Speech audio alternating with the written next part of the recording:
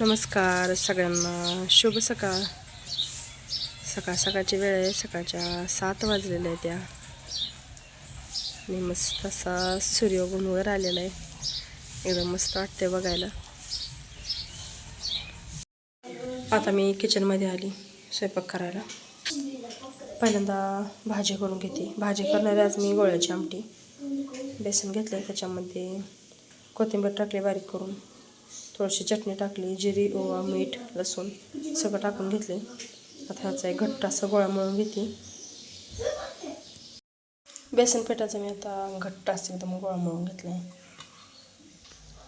आणि इकडं आमटीला फोडणी देऊन घेतली. आता आमटी उकळली की त्याच्यामध्ये ही लाटून टाकते. इथं आता माझी गोळ्याची आमटी करून झाली, शिजली पण चांगली. त्याच्यामध्ये शेंगदाण्याचं कूट टाकून घेते आणि सोबतच इकडे मी मेथीची भाजी पण करून घेतली. कणिक मळून घेतलेली आहे. भाज्या त्या करून झाल्या ते. आता चपात्या लाटायला घेते. चपात्या करून झाल्या ते माझ्या. आणि आता सगळा स्वयंपाक करून झालेला आहे. सकाळच्या 10 वाजले त्या. सगळ्यांची जेवण करून झाली ती. भांडे घासून घेतले ते मी. आणि घरा पण सगळी स्वच्छ झाडून पुसून घेतले ती. घरातलं सगळं कामावरून झाले माझं. आता मी माळावर आली. आज आपल्याला काकडीमध्येच काम आहे. काकडीचं जे हे खाली वेल पसरलेलं आहे ते गुतवायचे तवरी.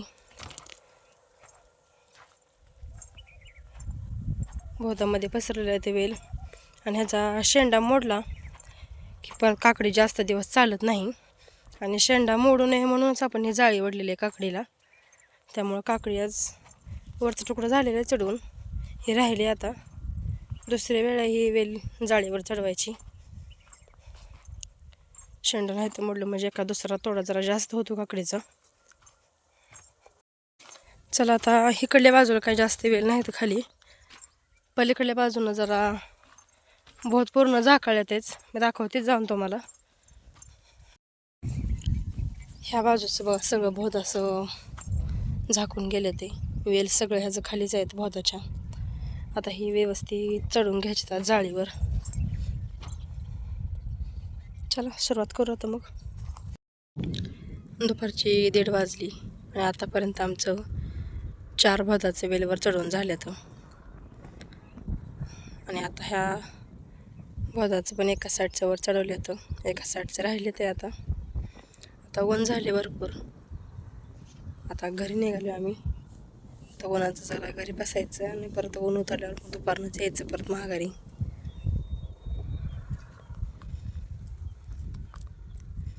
कारण ऊन भरपूर लागते. आता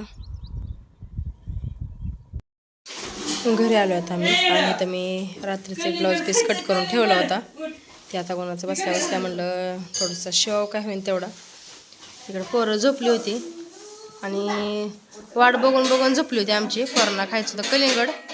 आणि आत्याने त्यांना सांगितलं होतं बाहेर रानात आल्यावर कापू. आता कलिंगड बाहेर आणली ती. बाल्या उठ की, तुला नाही खायचं कलिंगड? उठ जा दादा, बस जा कलिंगड खायला. तुला पण नाही आवडत? बसा मग खाली. कलिंगड कापले आत्यानी. पांढरं निघलं का हो? पोरांनो गोड आहे कर.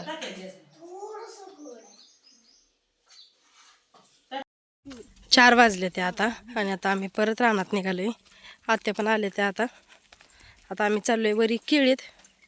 गवत काढायचे जाऊन आता गुरांना, शाळांना. आणि 4 वाजले तरी सुद्धा अजून भरपूर ऊन लागते.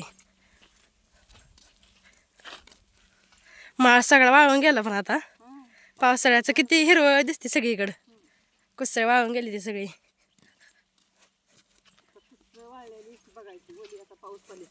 पाऊस पडल्याशिवाय नाही आता हिरवळात माळ.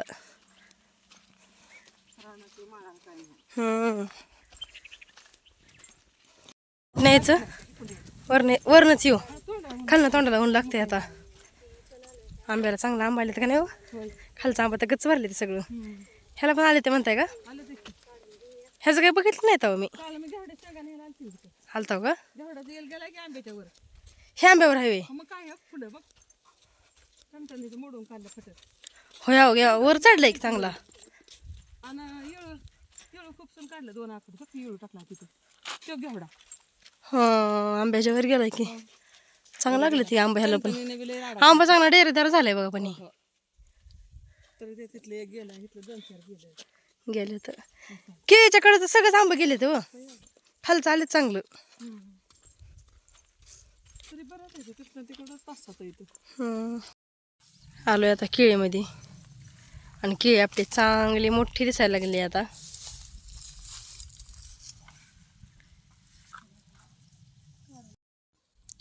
केळीमध्ये भरपूर गवत झाले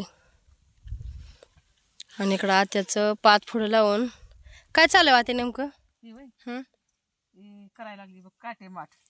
काटेमाठ बरंच सापडलंय की. चांगला त्याला नीट करायचं चालू आहे का? लागले डोक्याला परत हातात काटा मोडला बाई खायला काय हो रगात निघले मनचान लय छान झालं पण इथं आत्याबाईचा हात छान काटायचं भरपूर त्याला ना आत्या ती आता सवळून दाखव आत्या एक हातात घेऊन. असलोय तो काटा ती खालचं ते काटेमाठ दिसते खालचं. काढला परत हा ते व्यवस्थित निवडून घेते ते आणि परत ती देठ कापायचं गवारच्या शेंगासारखं हा शेंगासारखी मोकळं करायचं त्याची भाजी छान लागतं. आता इथं माझ्या जवळ एक आहे काटेमाटाचं झाड दाखवते तुम्हाला. हे असं झाड आहे. अगं हे बघ ना ह्याला हे असं काट आहे तो सगळं. तिकडे बघ हे असं झाड आहे. हा हे असं झाड आहे काढावं लागतं आणि त्याला प्रत्येक पानाच्या खाली काट आहे प्रत्येक पानाच्या खाली. लय काटा आहे तर रगातच निघलं.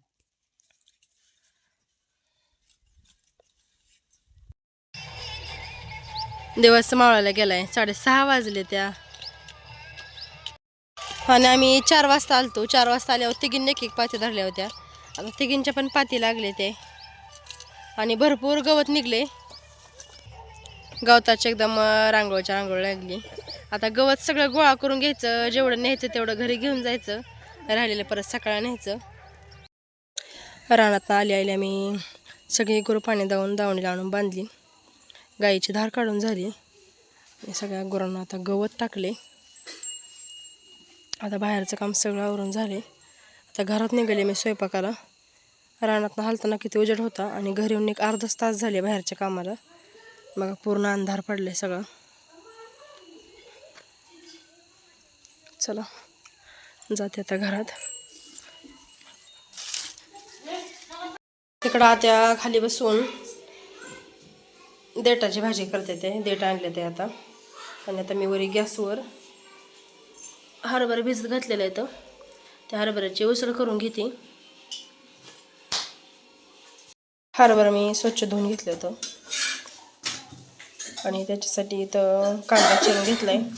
लसूण आणि कोथिंबीर बारीक करून घेतली. आता फोडणी देऊन घेते. कढईमध्ये तेल ठेवले तापायला. तेलामध्ये सगळ्यात पहिल्यांदा आता मोहरी,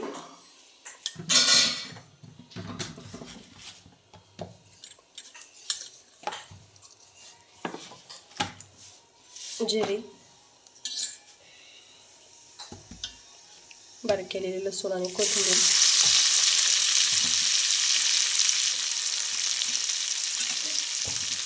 आता कांदा टाकते.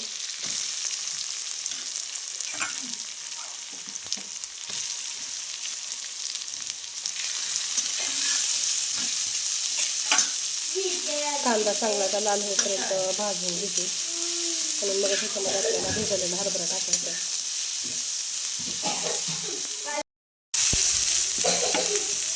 थोडीशी हळद टाकते. माझ्याकडनं विसरली होती तेलामध्ये टाकायची.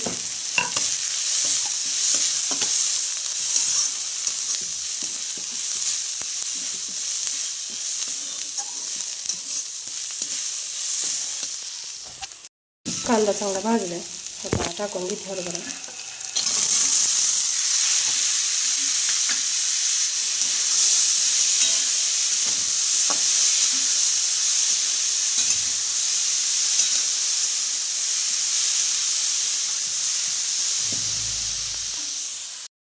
मीठ टाकून घेतले. आता थोडा वेळ झाकून ठेवते म्हणजे शिजेल लवकर.